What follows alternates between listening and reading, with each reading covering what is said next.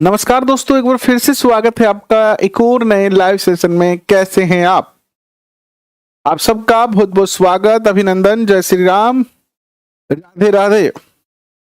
चर्चा करेंगे आज के सेशन में एक बहुत ही बेहतरीन टॉपिक और ऐसे टॉपिक जिनको पढ़ने के लिए स्पेशली आप जो है वो कोचिंगों में जाते हैं, वो सारे टॉपिक हमने आपको करवाए हैं। और उसी क्रम में ये एक और टॉपिक है राजस्थान में कृषि एवं विपणन, जिसमें हम कृषि उपज मंडी और सार्वजनिक जो वितरण है, सार्वजनिक वितरण प्रणाली है, उसका आज जो है वो अध्ययन करने का प्रयास करने वाले हैं। तो आ जाइए सभी एक बार फिर से इस सेशन में। कैसे हैं आप? भैरूराम जी, संगीता जी, स्वागत आपका। किरण, नीतू, जया सैनी, मीरा मीना, पिंकी एंड रविकांत मीना, कुलदीप बिश्नोई, कैसे हैं आप?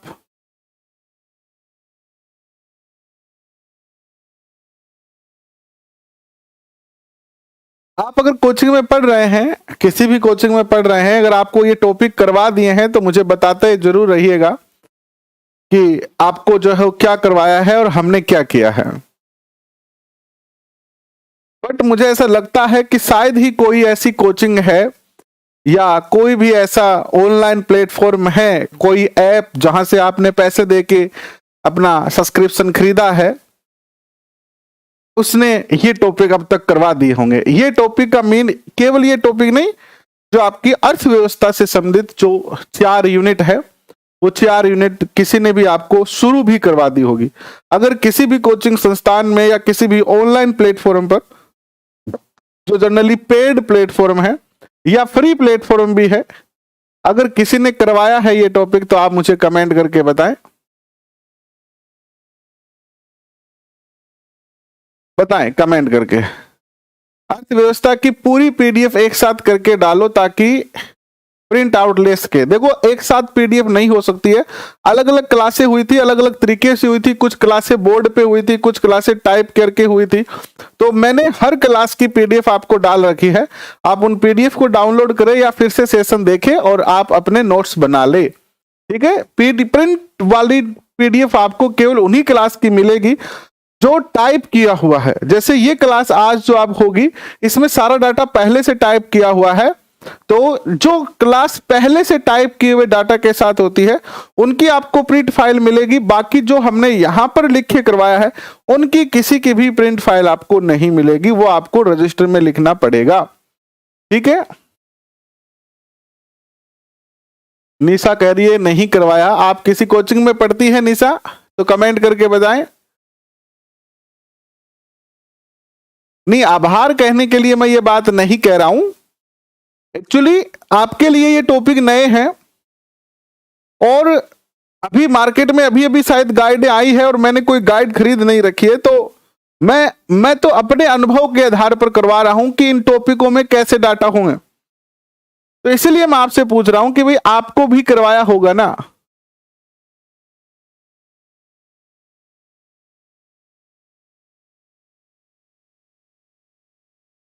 एग्जाम में, मेन एग्जाम में लैंग्वेज आएगी क्या? इसका अर्थ है कि आपने सिलेबस नहीं देखा है। अनवर अली, सिलेबस देखो अपना। अगर सिलेबस में आपके लैंग्वेज है तो आएगी। रीट में तो फर्स्ट लेवल में तो लैंग्वेज है आपकी, हिंदी इंग्लिश सब कुछ है। सेकंड में आपका जो सब्जेक्ट है केवल वही पढ़ना है, बाकी कोई लैंग्वेज पढ़नी नहीं है।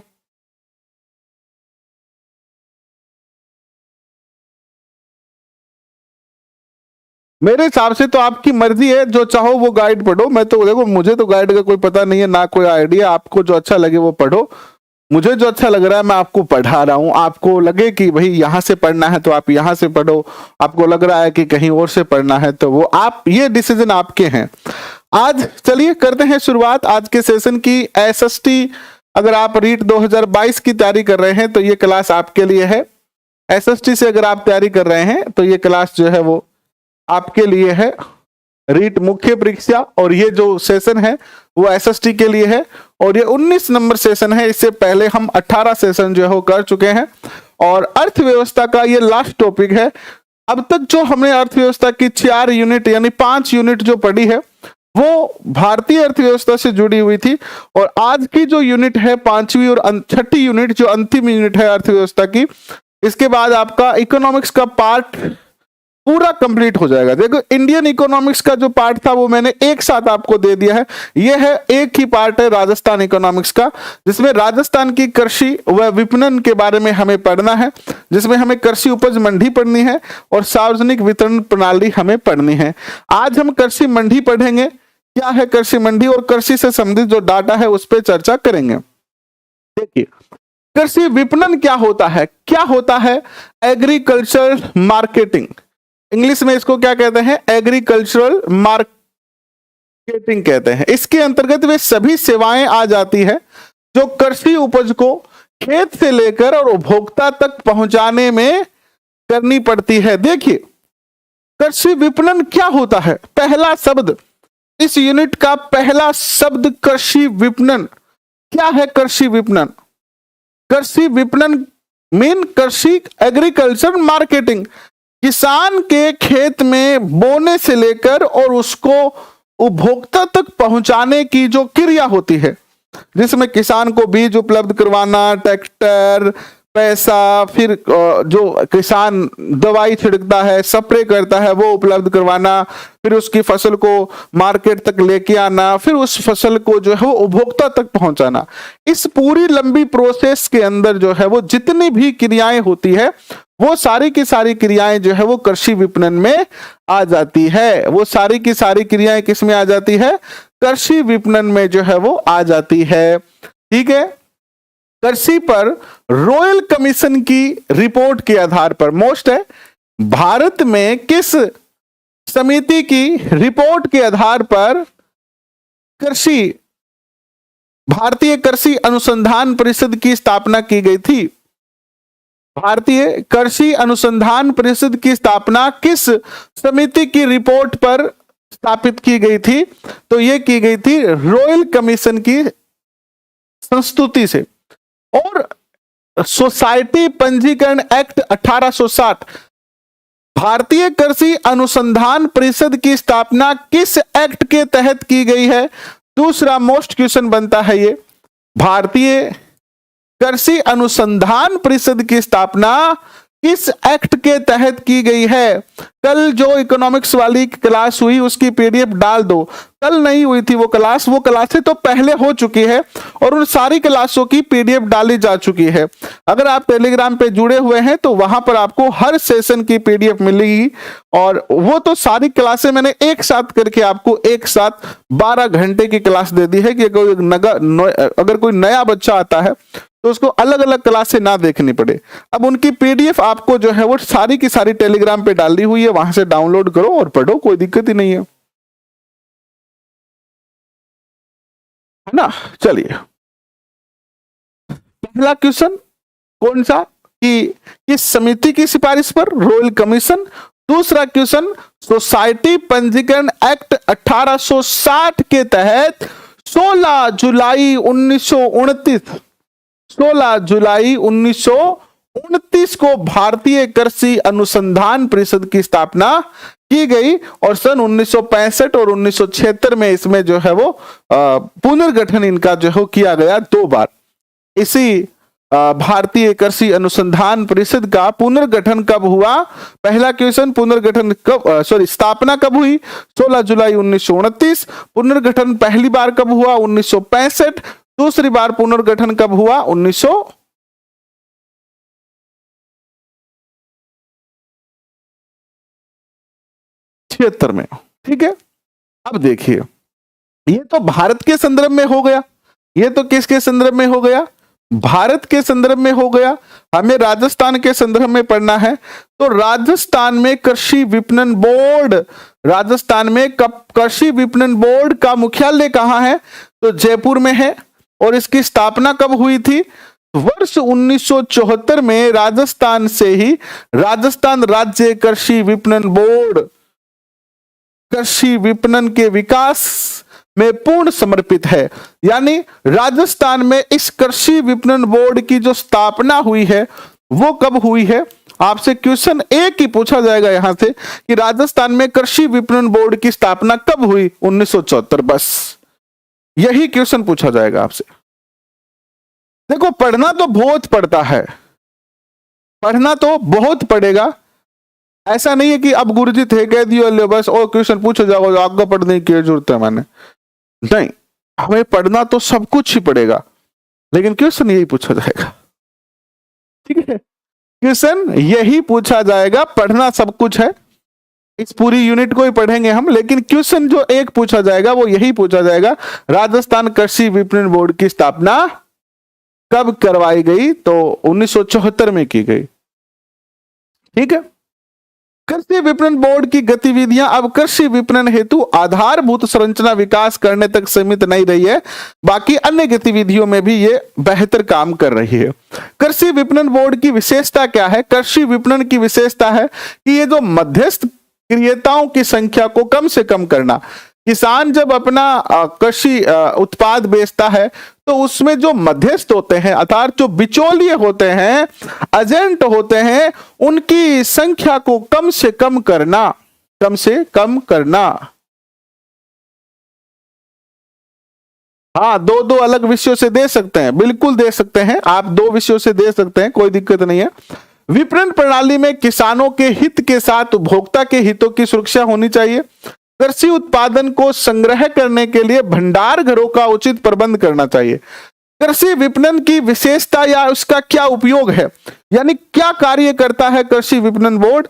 ये कार्य करता है, एक तो जो मध्यस्थ होते हैं, बिचौलिए होते हैं, एजेंट होते हैं, इनकी संख्या को कम करना जिससे कि किसानों को ज्यादा से ज्यादा प्रॉफिट मिले।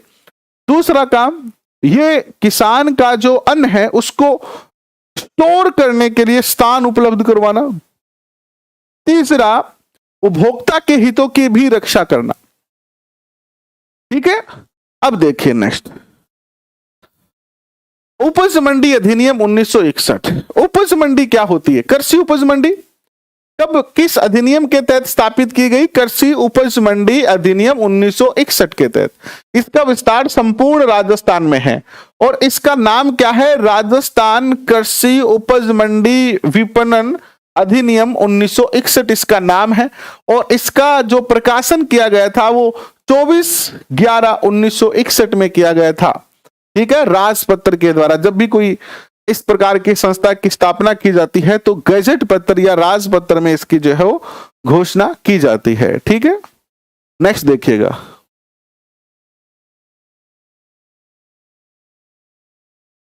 नेक्स्ट देखिएगा। नगेंद्र जी बहुत कम हो गए हो, आज बहुत दिनों के बाद आए हो आप, कहां चले गए थे, भूल गए क्या?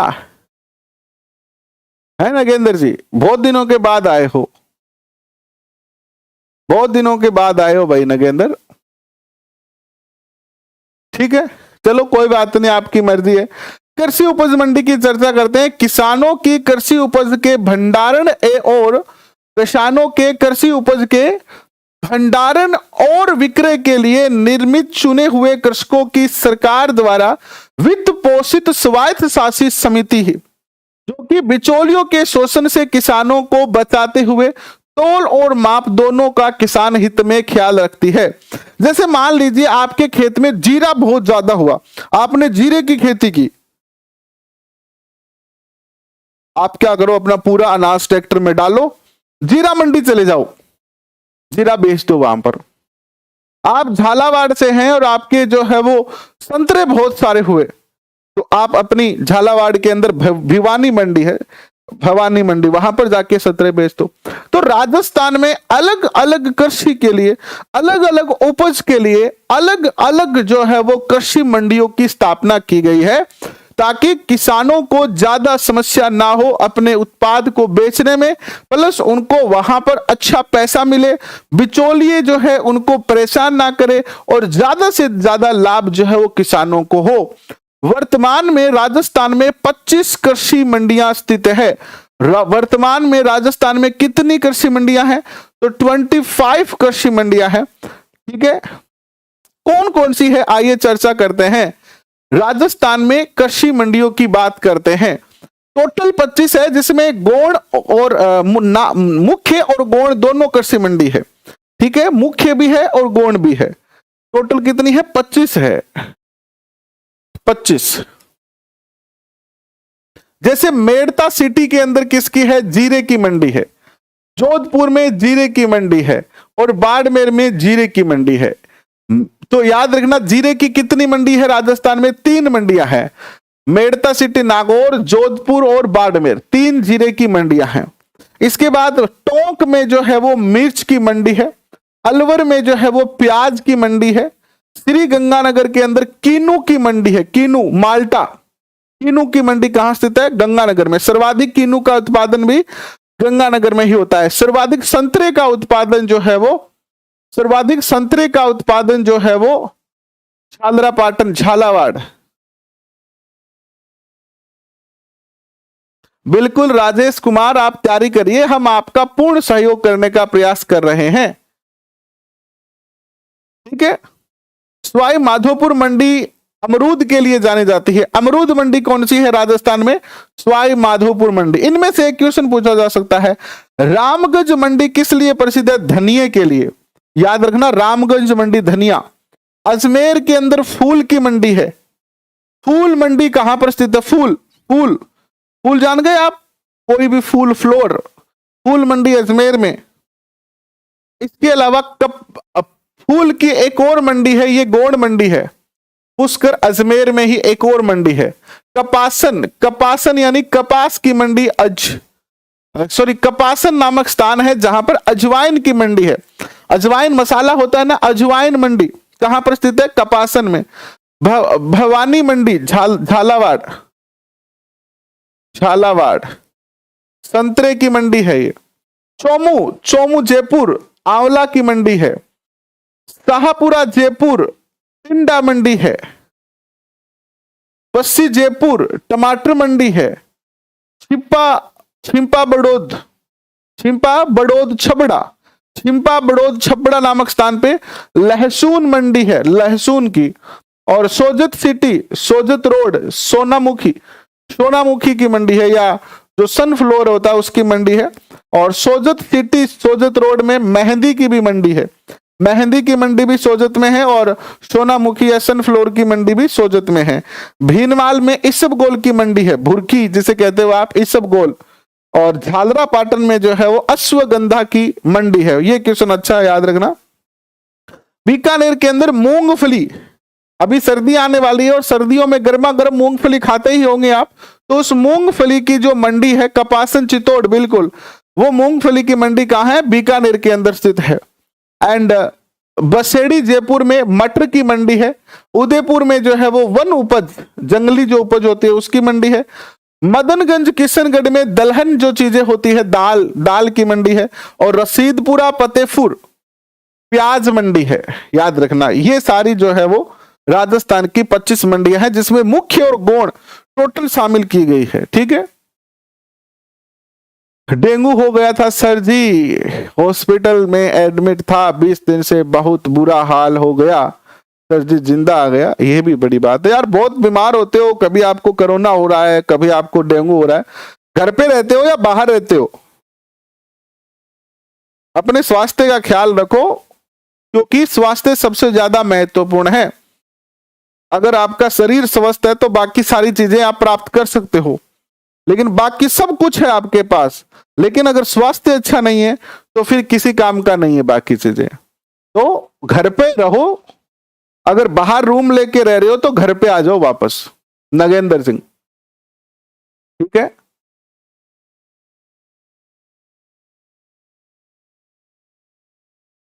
नेक्स्ट देखिए, अन्य कुछ मंडियां हैं, कुछ पार्क हैं, जैसे कि राज्य का प्रथम मसाला पार्क कहां पर स्थित है? ओसिया जोधपुर में, उद्घाटन 2012 में हुआ था। राज्य का द्वितीय मसाला पार्क कहां है? रामगंज मंडी कोटा में। मसाला मंडी कहां है? जालोर में। मार्बल मंडी कहां है? किशनगढ़ में। हर्बल पार्क कहां है? कोटा में। पुष्प पार्क कहां है? सुखखेड़ा अलवर में। ठीक है, ये ज्यादा पूछे जाने वाले हैं, इनको मैंने अलग कर दिया है। इसके अलावा जो है प्रयोगशाला है अनाज के लिए, जयपुर, जोधपुर, बीकानेर, भिवाड़ी, गंगानगर, भरतपुर और अलवर में। अब देखो, ये टॉपिक तो इतना ही था आपका। अगर हम सिलेबस के अनुसार देखें तो सिलेबस में तो हमें यही पूछा है कि भैया बताओ कि कृषि विपणन बोर्ड क्या है। हमने बता दिया कि कृषि विपणन बोर्ड जो है वो कृषि के विकास के लिए कार्य करता है। किसान के खेत बोने से लेकर और उस प्रोडक्ट को उपभोक्ता तक पहुंचाने का जो कार्य है वो कृषि विपणन बोर्ड करता है। हमने पढ़ लिया। हमने इसके बाद ये भी पढ़ लिया कि हमारे राजस्थान में कितनी कृषि मंडियां हैं, उन सबका भी हमने डिटेल पढ़ लिया। यही हमारा टॉपिक था, कृषि विपणन बोर्ड और कृषि मंडियां, यानी 1 नंबर टॉपिक पूरा हो गया। लेकिन कुछ एक्स्ट्रा हम कर रहे हैं, पता नहीं एग्जामिनर के दिमाग में क्या आ जाए। कृषि का नाम आया है और राजस्थान का नाम आया है तो आपसे कृषि से संबंधित डाटा पूछ लिया जाए कि राजस्थान में जो है वो कृषि का कितना योगदान है राजस्थान की अर्थव्यवस्था में, और किस फसल का कितना उत्पादन हुआ, कृषि से संबंधित कौन सी योजना है। तो वो सारा डाटा मैंने यहां आर्थिक समीक्षा 2021-22 जो बिल्कुल लेटेस्ट है, इसी वर्ष की 2021-22 मार्च में आर्थिक समीक्षा आती है। तो इस आर्थिक समीक्षा से हमने कुछ डाटा लिए हैं जो अगर मान लो एग्जामिनर कठिन पेपर बनाने के मूड में हो और आपसे क्वेश्चन पूछे तो हम पीछे न रह जाए, यानी हम थोड़ा ज्यादा पढ़ रहे हैं, हमारे टॉपिक से आगे बढ़कर पढ़ रहे हैं कि ये जो टॉपिक हम पढ़ रहे हैं कृषि वाला, ये ज्योग्राफी में आपका एक कृषि टॉपिक है, उसमें भी काम आएगा और यहां पर भी आपके काम आएगा, दोनों जगह काम आ जाएगा। तो एक तीर दो निशाने करने का हम प्रयास कर रहे हैं, ठीक है।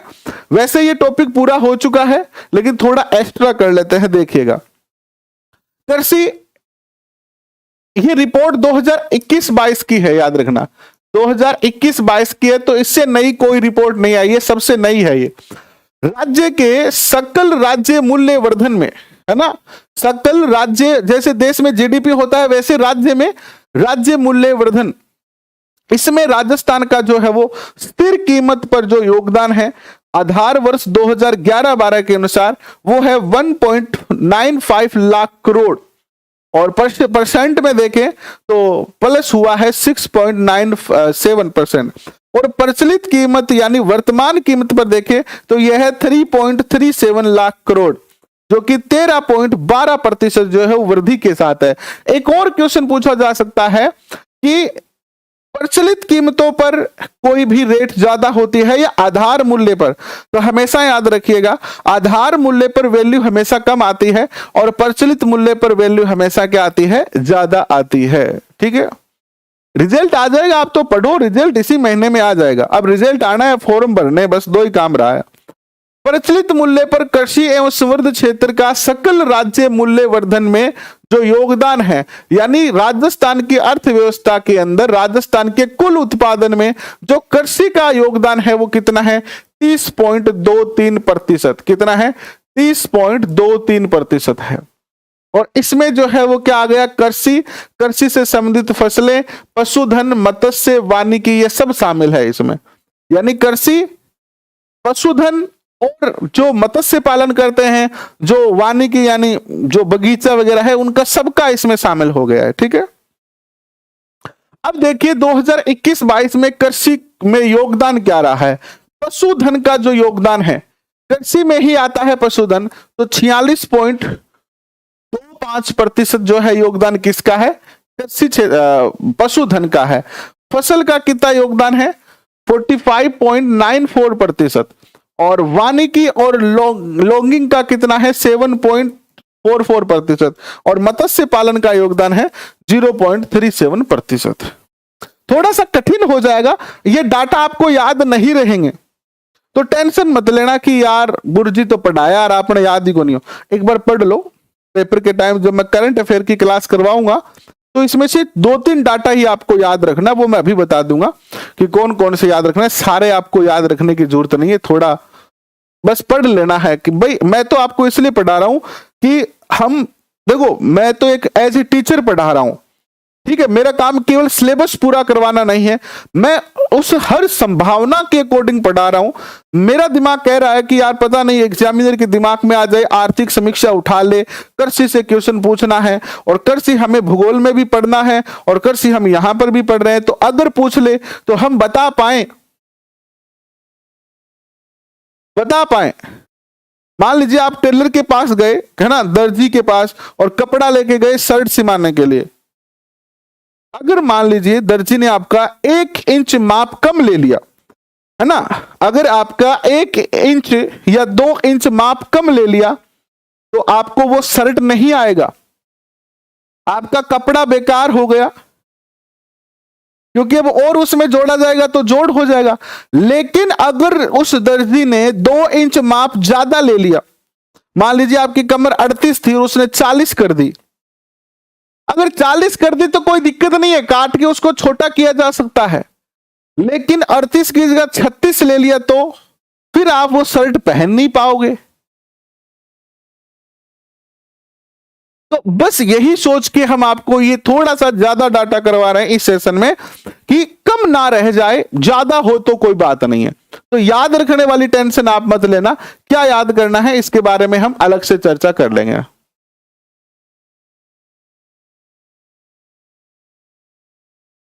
क्वेश्चन का टाइम आएगा तो क्वेश्चन करवाएंगे। देखो हर चीज का टाइम होता है।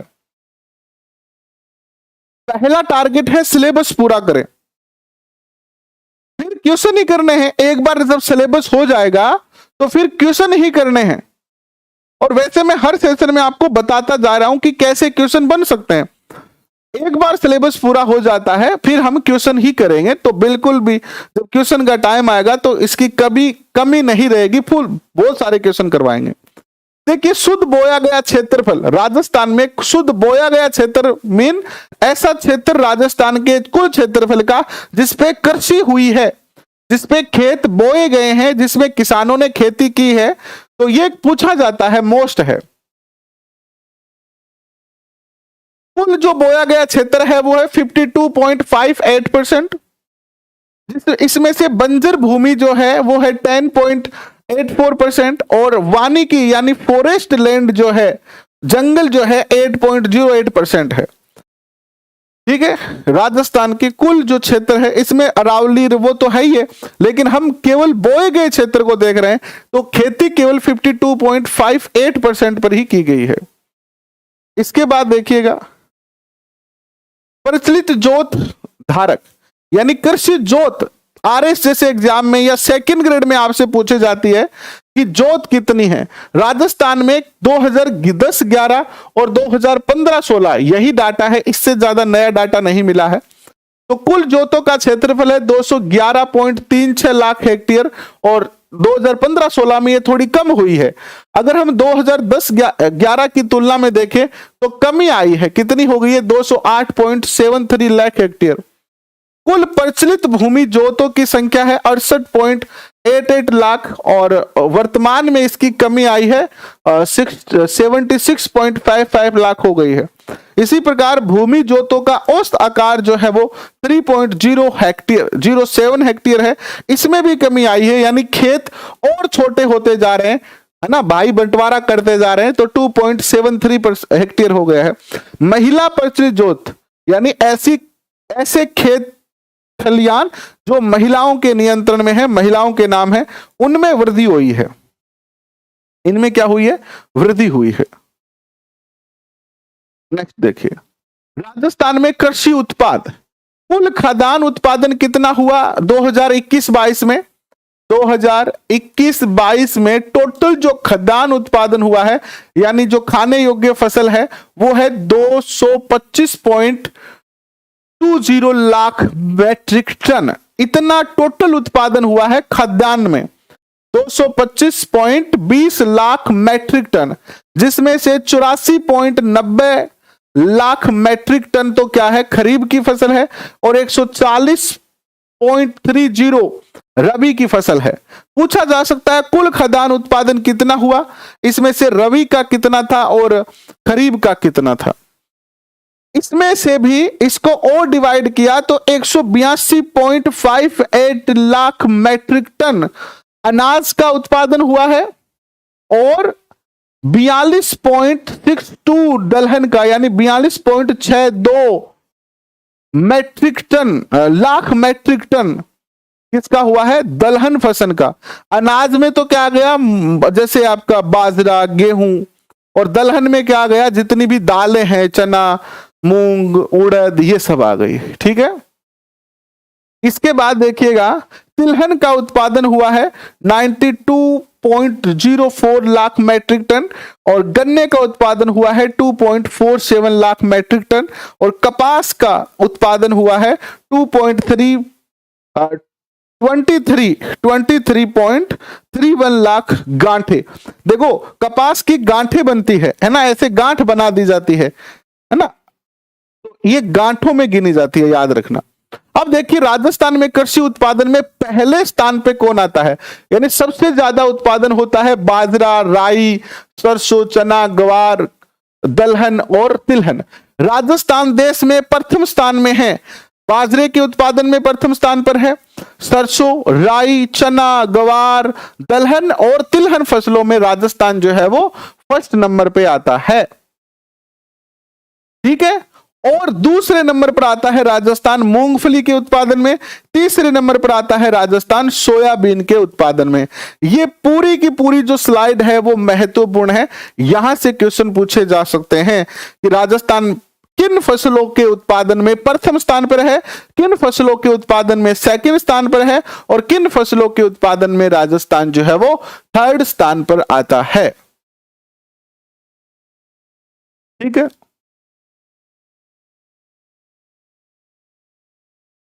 नेक्स्ट देखिए, अब देखिए 1997 से 98 से 2001-2 और फिर 2020-21 का डाटा दिया गया है। ठीक है, अनाज के अंदर देखो 101.15% की वृद्धि हो गई। पहले जो उत्पादन था वो 1189 था, जो अब 2396 हो गया।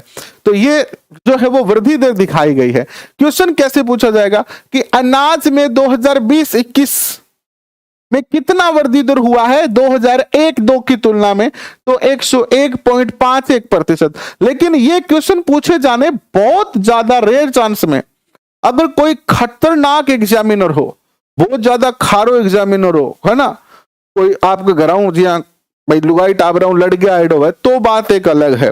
बाकी तो जो हमारे रीट का लेवल है और हमारा जो रीट का टॉपिक है उसके अकॉर्डिंग तो यहां से क्वेश्चन पूछे जाने की संभावना कम है कि एक एक फसल आपसे पूछे, एक एक फसल आपसे पूछे। फिर भी अगर पूछ भी ले तो आपके पास डाटा है। ठीक है, तो आप ये सारा जो है पढ़ लेना। ये पेपर के टाइम लास्ट में याद करने वाली चीजें हैं। ठीक है, पेपर के टाइम। इसके बाद कुछ योजनाएं हैं, इनको आप थोड़ा सा ध्यान दे सकते हैं। योजनाओं से क्वेश्चन पूछा जा सकता है। कृषि से संबंधित योजनाएं, कृषि के विकास से संबंधित कुछ योजनाएं देखिए, कौन सी योजना है, मुख्यमंत्री बीज स्वावलंबन योजना 2017 में चली थी। उद्देश्य था किसानों द्वारा अपने स्वयं के खेतों में गुणवत्तापूर्ण बीजों के उत्पादन को बढ़ावा देना। प्रारंभ में ये योजना 3 कृषि जलवायु क्षेत्र में थी, कोटा, भीलवाड़ा और उदयपुर में। 2018-19 में इस योजना को राज्य के सभी 10 कृषि जलवायु क्षेत्र में लागू कर दिया। एक और क्वेश्चन बनता है, राज्य में कृषि जलवायु क्षेत्र कितने हैं, तो याद रखना 10 क्षेत्र हैं। कृषि जलवायु क्षेत्र कितने हैं, 10 कृषि जलवायु क्षेत्र हैं राजस्थान में, 10 कृषि जलवायु क्षेत्र है राजस्थान में। इस योजना के तहत फसलों की विभिन्न किस्मों के बीज उत्पादन 10 साल तक लिया जा रहा है। ठीक है, इसके बाद आता है कृषि दर्शन योजना, किसानों को कृषि की नई तकनीक सिखाने के लिए और देखकर विश्वास करने के लिए कृषि यानी किसानों को नए नए बीजों से अवगत करवाया जा रहा है, नई नई फसलें उनको दिखाई जा रही है प्रयोगशाला में, है ना, कृषि मंडियों में। और इनकी जो हमने प्रयोगशाला पढ़ी थी ना कृषि से संबंधित, बहुत सारी गंगानगर में और कई स्थानों पर, तो वहां पर किसानों को आमंत्रित किया जाता है, उनको दिखाया जाता है कि देखो ये नए बीज बनाए हैं, अगर इनसे आप खेती करते हो तो ये फायदा है आपको। इस तरीके का कृषि प्रदर्शन योजना। इसके बाद शून्य बजट प्राकृतिक खेती, बजट घोषणा 2019-20 में की गई थी। टोंक, बांसवाड़ा, सिरोही जिलों में पायलट प्रोजेक्ट चलाया गया था इसके लिए और वर्तमान में 15 जिलों में यह संचालित है। इस का उद्देश्य क्या था इस योजना का, स्वयं के खेतों में तैयार किए गए कृषि आदानों के उपयोग के माध्यम से खेती की लागत में कमी, रसायन मुक्त खेती यानी कम पैसे में ज्यादा अच्छी कृषि करना और रसायन मुक्त कृषि करना, यह इसका उद्देश्य था। और राजस्थान में शून्य बजट प्राकृतिक खेती कार्यक्रम आंध्र प्रदेश मॉडल के आधार पर संचालित किया गया था। यह जो शून्य बजट यानी कम लागत पर अच्छी कृषि करना, आंध्र प्रदेश से हमने ये मॉडल लिया और हमने इसको लागू करा। इसके बाद आता है नेक्स्ट, राजस्थान कृषि प्रतिस्पर्धात्मक योजना। इसमें विश्व बैंक द्वारा इसको जो है पैसा दिया गया।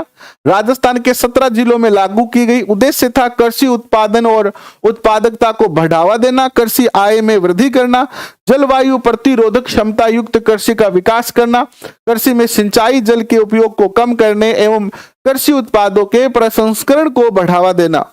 इसके बाद आई है राष्ट्रीय खाद्य सुरक्षा मिशन 2007-8 में गेहूं और दलहन पर शुरू किया गया था। इसमें केंद्र और राज्य का योगदान था 60:40 में।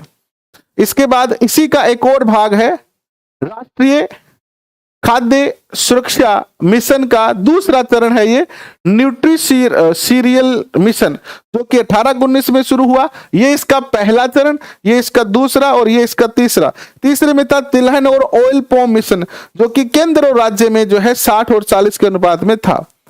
ठीक है, तीनों मिशन के उद्देश्य, इन तीनों मिशन के उद्देश्य जो थे वो थे बीज का वितरण एवं उत्पादक तकनीक में सुधार करना।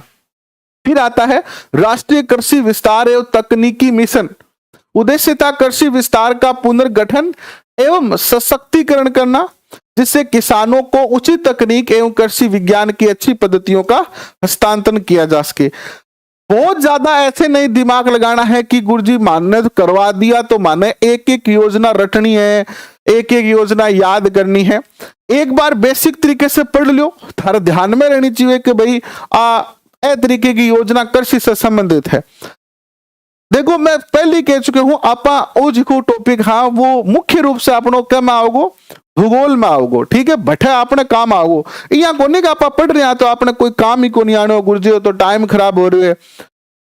इकोनॉमिक्स के लिए ये थोड़ा सा एक्स्ट्रा टॉपिक पढ़ रहे हैं और भूगोल के लिए ये कृषि वाला टॉपिक आपके अच्छे से काम आ जाएगा, कोई दिक्कत जो है वो नहीं होगी। ठीक है, नेक्स्ट जो योजना है आपकी वो कौन सी है? इसमें जो केंद्र और राज्य का जो योगदान था वो 60-40 का था, ये याद रखना। और इसके कुछ 4 उप मिशन भी थे, जैसे कृषि विस्तार और उप मिशन, बीज और रोपण सामग्री पर उप मिशन, कृषि यांत्रिकरण और कृषि में राष्ट्रीय ई गवर्नेंस प्लान। इसके बाद आता है राष्ट्रीय टिकाऊ खेती मिशन। इसमें क्या किया गया, पहले से चल रही 3 योजनाओं को शामिल किया गया, यानी 3 योजनाओं को मिलाकर एक योजना बना दी राष्ट्रीय टिकाऊ खेती मिशन। राष्ट्रीय टिकाऊ खेती मिशन कौन कौन सी योजना को इसमें विलय किया गया था? राष्ट्रीय सूक्ष्म सिंचाई मिशन, राष्ट्रीय जैविक खेती परियोजना और राष्ट्रीय मुद्रा स्वास्थ्य एवं राष्ट्रीय मृदा स्वास्थ्य एवं उर्वरकता प्रबंधन परियोजना।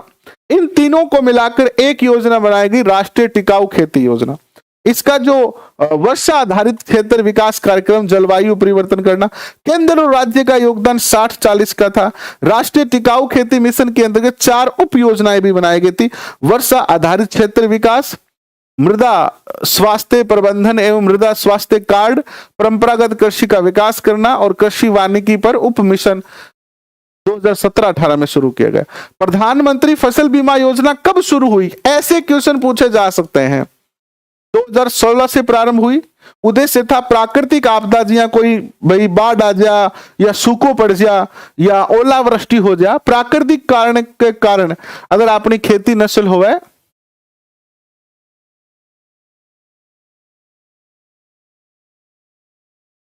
तो योजना जो है वो आई, कृषक से निम्न प्रीमियम राशि लेकर बीमा दिया गया। इसमें जो है वो रबी में 1.5% और खरीफ में 2% जो है, और वाणिज्य खेती में 5% का प्रीमियम था। ठीक है, राज्य में प्रीमियम अनुदान और फसल कटाई प्रयोगों के संचालन हेतु प्रोत्साहन राशि के भुगतान हेतु राज्य निधि योजना चल रही है। तो इस प्रकार की बहुत सारी योजनाएं हैं। मैंने इस पीडीएफ में सारी योजनाएं जो है शामिल कर ली है। आप इन योजनाओं को बेसिक तौर पर सरसरी नजर से देख लेना, और ये पहला टॉपिक आपका जो है वो पूरा हो जाता है। पहला जो टॉपिक आपका है वो पूरा हो जाता है आज। कल हम पढ़ेंगे क्या इसी टॉपिक के अंदर, कल हम पढ़ेंगे राजस्थान में सार्वजनिक वितरण प्रणाली। ये जो टॉपिक है वो आपका पूरा हो गया, कृषि उपज मंडी। कल पढ़ेंगे इसको, सार्वजनिक वितरण प्रणाली, और इसकी पीडीएफ आपको टेलीग्राम पे मिल जाएगी। इसकी जो पीडीएफ है वो कहां मिल जाएगी? आपको टेलीग्राम पे मिल जाएगी। बलवंत जी कह रहे हैं कि सर स्केन लंपी रोग जो है उससे गायों की हालत बहुत खराब है। बिल्कुल, इस बात से हम इस बात की चर्चा दोपहर वाले सेशन में कर भी रहे थे।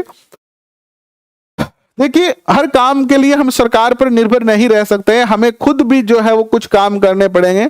हम अपने जैसे मोहल्ले वाइज, हम अपने गांव वाइज, हम अपने वार्ड वाइज जो क्या कर सकते हैं, लोगों से चंदा इकट्ठा कर सकते हैं, घर घर जाकर हम टीम बनाकर जो है वो अनाज इकट्ठा कर सकते हैं। सरकार अगर हालांकि सरकार को सहायता करनी चाहिए, अगर नहीं कर रही है तो ये अच्छी बात नहीं है, लेकिन हम सरकार के भरोसे नहीं बैठेंगे, सब मिलकर प्रयास करेंगे तो ज्यादा से ज्यादा बेहतर कार्य कर सकेंगे। और हमें खुद, जैसे मैं हूं तो मैं अगर कह रहा हूं कि हमें करना चाहिए, नहीं, मुझे खुद आगे आना चाहिए कि चलो जी, मैं हूं तो बेरोजगार, मेरे पास पैसे नहीं है, लेकिन मैं 2 घंटे आके गाय की सेवा कर सकता हूं, उनको दवाई दिलाने में या चंदा इकट्ठा करने में या बाकी चीजों में सहायता कर सकता हूं। तो इस तरीके से हम जो है वो गायों में अपना योगदान दे सकते हैं, उनको बचाने में, और हम सबको इसमें प्रयास जो है करना चाहिए। बाकी सरकार तो देखो है कि सरकार का तो कोई फर्क कौन पड़े, यह कानून अंधो है। बताओ, कानून क्यों है अंधो है, और कानून बनावे कौन? अंधो कानून कौन बनायो? आप बताओ, अंधा कानून किसने बनाया? किसने बनाया अंधा कानून? कानून कौन बनाता है? बताओ, कानून कौन बनाता है? कानून कौन बनाता है? संसद बनाती है। संसद बनाती है। संसद में कौन बैठे? नेता बैठे। तो व्यवस्थापिका, न्यायपालिका और कार्यपालिका, तो व्यवस्थापिका ने कानून अंधा बनाया, तो न्यायपालिका की थोड़ी गलती है। तो भैया, व्यवस्थापिका में कौन है? सरकार है, और सरकार अंधे कानून बनाती है। सरकार तो आंधी, आप बहन दिख ही को नहीं, कोई बावली आंधी सरकार हो बन, जनता हूं, पशुआऊं, कोई लेने देने को नहीं। भैया, सरकार को काम है आपको घर भरनो, भाई आपको भरे तो सरकार का भरोसा रहने की ज्यादा जरूरत को नहीं, आपा ने खुद मेहनत करनी पड़ेगी और खुद कोई काम आपा कर सका। हाँ, अभी के लिए बहुत बहुत धन्यवाद, थैंक यू, शुभ रात्रि, थैंक यू।